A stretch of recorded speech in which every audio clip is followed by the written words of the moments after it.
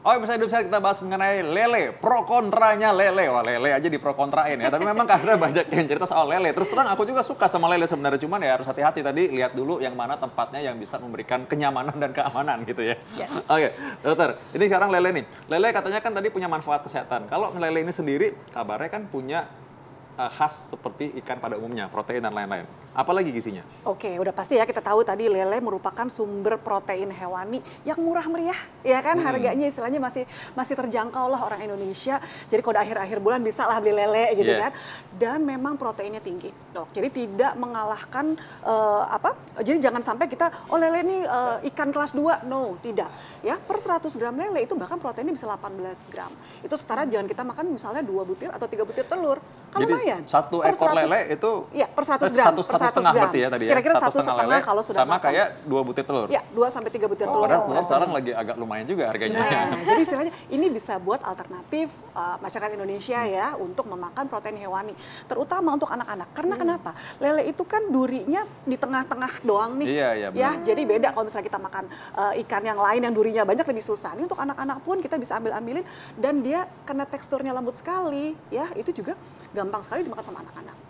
Nah, untuk kadar lemaknya sendiri, ya memang lele mengandung tadi ya omega 3, asam lemak omega 3 yang bagus sekali untuk kesehatan otak, ya untuk kesehatan jantung dan pembuluh darah pastinya. Terus kemudian lele juga ada lemak yang tidak jenuhnya. Itu sebenarnya bagus asal tadi cara masaknya. Begitu kita goreng, yang tadi lemak tidak jenuhnya tinggi, jadi jenuh karena digoreng. Jadi mungkin kayaknya orang Indonesia harus lebih banyak kreatif untuk mencari resep-resep supaya proteinnya nggak rusak, supaya lemaknya juga tidak jadi lemak jenuh. Oke, nah, tahu nggak Itan bahwa ini sebenarnya American Heart Association memasukkan catfish atau ikan lele ini dalam salah satu ikan yang memang direkomendasikan juga untuk dimakan dan ini memang dibilang ekonomis harganya. Yes. Nah, tapi kita akan lihat dulu lagi di pro kontra mengenai lele dalam fakta mitos berikut ini. Sakit di area sendi kerap kali membuat kita merasa tak nyaman, bahkan sulit untuk beraktivitas. Namun untuk mencegahnya, cobalah konsumsi secara rutin ikan lele. Sebab nutrisi pada ikan lele bisa mengatasi gangguan sendi kita. Ini fakta atau mitos ya dok? Nah, senang banget nih karena ini adalah fakta. Wow. Kenapa? Tadi berhubungan juga sama omega 3-nya. Ya, omega 3 kan kita ketahui sebagai apa? Dia sebenarnya sifatnya anti-inflamasi atau anti peradangan. Jadi tadi yang ada masalah di lutut, masalah di sendi, boleh konsumsi ikan lele, silakan karena omega 3-nya tinggi. Balik lagi, cara pengolahannya sangat penting. Banyak ya cara lainnya. Coba ada cara lain nggak? Coba Tadi supaya Intan aku tahu nih. tahu dipepes. Ya, udah dapat contekan tadi ya, dibakar. Tadi udah dapat contekan ya, Dok. Jadi intinya sebenarnya karena lele itu tadi, dia kan ikannya kecil-kecil. Jadi prinsipnya kalau mau masak lele sebenarnya tinggal disayat-sayat aja lalu dibumbuin. Silahkan mau dimarinasi. Ya misalnya kita mau ini karena jarang aja sih dibikin sama orang Indonesia. Kita bisa marinasi misalnya dengan bumbu-bumbu kecap atau bumbu-bumbu rempah, bumbu kuning segala macam. Nanti tinggal dipepes atau tinggal dipanggang atau bahkan dikuah-kuah kayak bikin pesmol gitu, enak dok. Enak. Cuman mungkin tadi dikurang-kurangin yang cara masak digoreng. Oke, dengan cara lain ya tadi dokter ya, Betul. supaya mengurangi Yes. kandungan-kandungan jahatnya. Betul Ya, sekali. dokter, tapi ini kan kayak dokter Vito bilang, Ya. lele ini banyak banget pro dan kontranya. Ya. Sampai ada di artikel berita katanya lele ini mengandung banyak sekali zat-zat kanker. Itu gimana dokter? Oke, sebenarnya itu bukan dari lelenya, tapi lagi-lagi dari cara pengolahannya. Pengolahannya, jika dengan kita memakai biasanya, pokoknya mostly orang Indonesia bikin lele itu pasti jadi pecel lele. Or digoreng dengan minyak yang suhunya tinggi, bahkan sudah beberapa kali pengolahan. Nah itu yang akan membuat karsinogenik.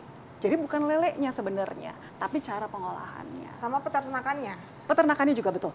Ya kalau kita bisa dapat tadi, kebetulan memang nih dok di belakang rumah saya tuh ada peternakan lele. Jadi saya bisa lihat sebenarnya. Kelihatan tuh dari jendela.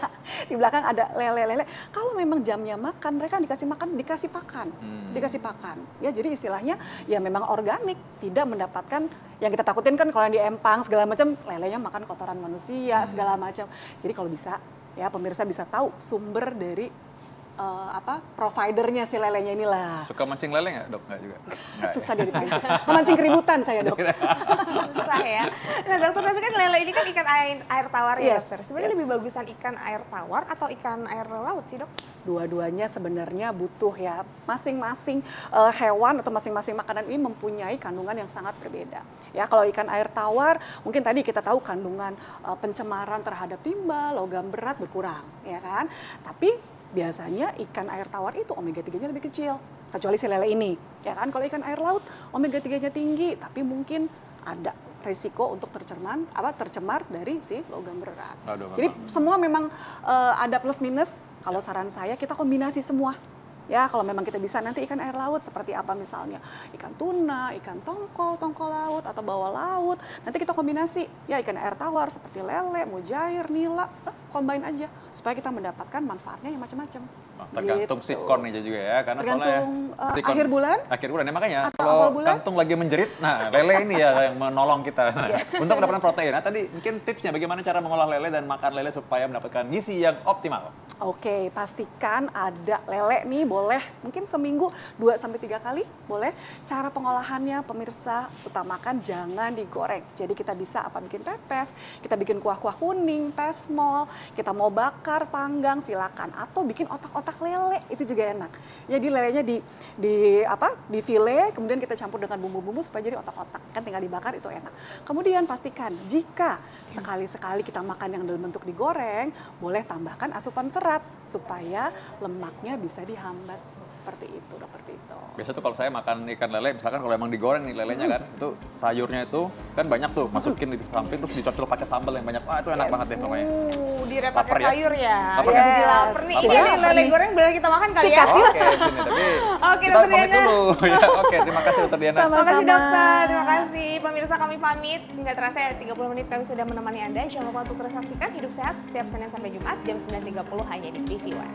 Saya Dr. Vito Damai, Saya Intan Samadina. Indonesia Hidup Sehat.